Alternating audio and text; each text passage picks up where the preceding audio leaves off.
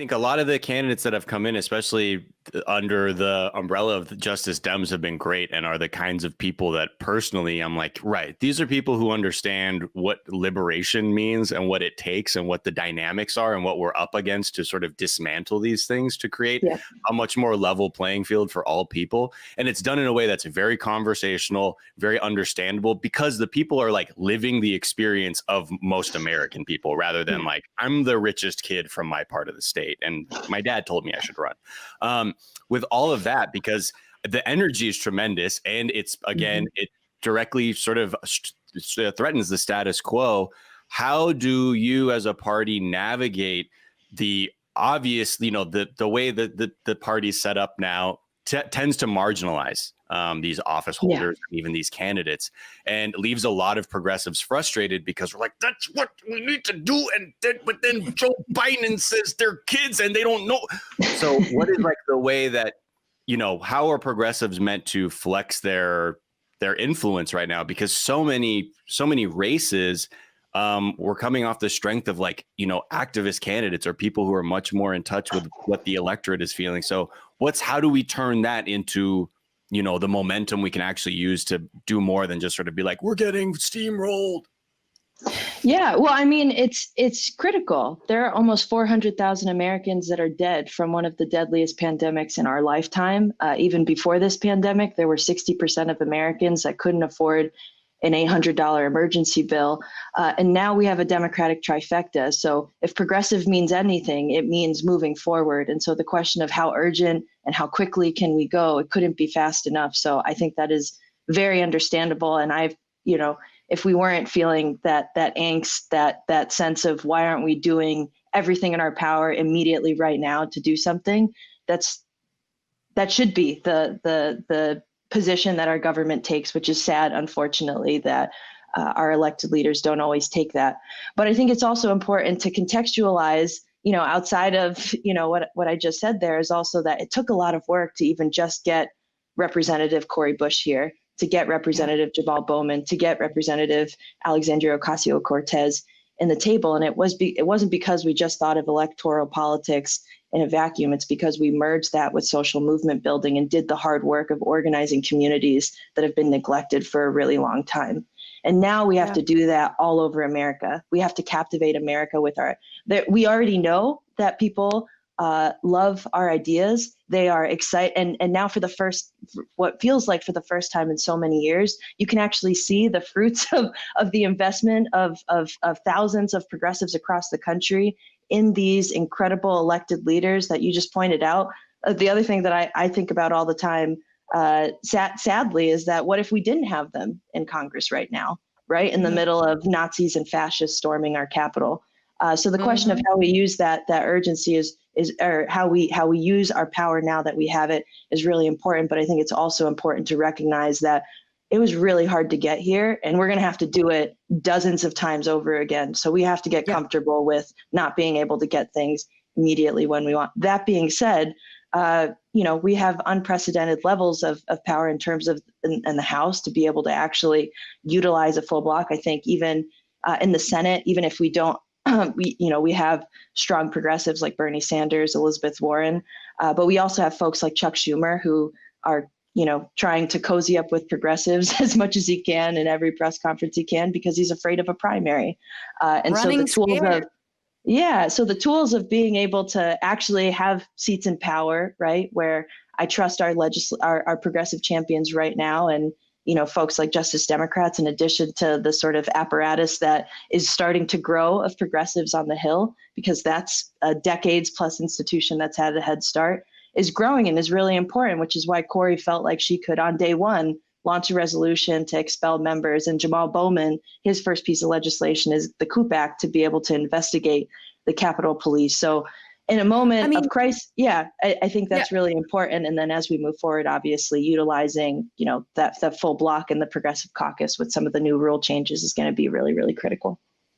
Yeah, I mean, I think just right there, what you just said, it is so surprising to me that it and sort of of course that it is on some of these new freshman incoming squad members, progressives, to say things like, we should expel these insurrectionists in the Republican Party who absolutely were egging on, were potentially planning, or potentially giving tours to some of these far-right extremists. Like, that it's on Cori Bush to have that resolution, that it's on Jamal Bowman to be like, we have to investigate, police in the Capitol and throughout the country, that it's on AOC to be like, look, if you have love for the Confederacy, get the fuck out of this fucking Congress. Like, what are you doing? Like, that is so insane to me. And like, imagine how this moment would feel. Just everyone, just imagine how this moment would feel if it was just Nancy. If it was Nancy and Chuck going up against QAnon nut jobs and being like, I mean, it's not right. It's indecent. And it's just like the feeling of helplessness, that we would have felt it's just incredible. And so they are absolutely, I think, blazing this way forward. I also want to just mention the line in so many ways. They are holding the line right now. Yeah. And I just want to say, it is a huge thing that Chuck Schumer is clearly pivoting because he's scared of AOC primarying him. And you guys did that.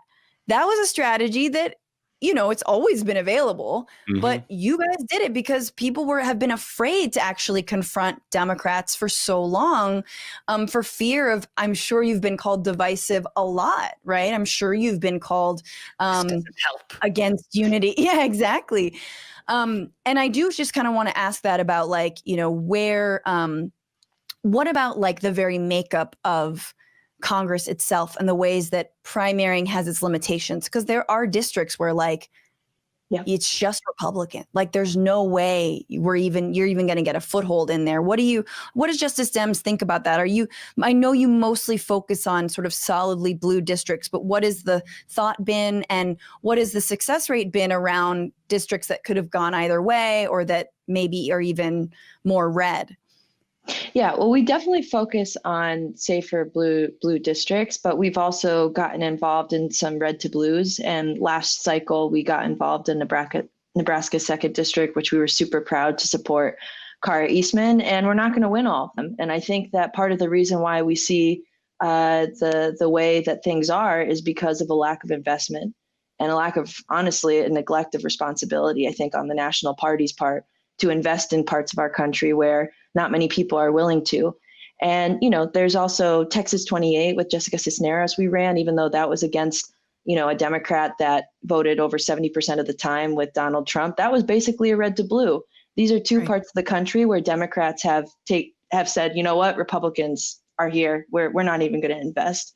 In each of those districts, there are lots of poor and working people. There are lots of Latinos that still need a champion to speak for them, especially in a country where, and I think we're going to get to this later, where we should be represented adequately at the federal level, but we're not. So I think for us, like our posture is going to be the only way that we're going to make a difference is if we do the hard work and invest in communities that really need it. It's not going to be everywhere that we go in some of these red to blues. So that's going to be challenging. I think, in terms of tactics for progressives and the Democratic Party, it's got to be, in places like Georgia, where we've seen the model. We've seen the model in Arizona with grassroots activists, with grassroots organizations on the ground that know their communities. They know how to talk to their communities. That's where we should be investing if we want to be able to see statewide, especially in the Senate, where we know that that's going to be really critical. But even in these House races, right, when we flex that muscle of organizing, I think that we're going to see some real differences. And then also, I think investing in state legislatures, right, in addition to that year-round organizing, in some of these places where, we focus on the federal level, but in some of these state legislative races, it doesn't take that much money to really flip some of these seats or to make, some of these races really competitive. And there are a number of organizations that are also focused on doing just that. So I think that, and then in addition to that, I think really at the federal level where all eyes are on us, we have to bring the fire when it comes to people like Representative Laura Bobart and other QAnon Republican members that are siding with insurrectionists or the neo-Nazis that are literally storming the Capitol. We have, as a Democratic Party, have to continue, just like Cori Bush, just like Jamal Bowman and AOC are, to really hold the line. So I think there's multiple tactics that we have to take to address that. I was, just Wikipedia Laura Bobart. Just look it up. just opened up a restaurant encouraging waiters and waitresses to open carry Called Shooters? in a place called Shooter's Grill in Rifle, Colorado. Like, you are trash. Like, you're such trash. I don't know how these trash people in these she was like tweeting live. No, she was tweeting live, like where Nancy Pelosi was during the insurrection too. Like, yeah.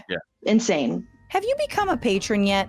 Patreon.com/Bitchuation Room is where you can directly support this show and help me make it sustainable so that I can do more of what I do best, doing this.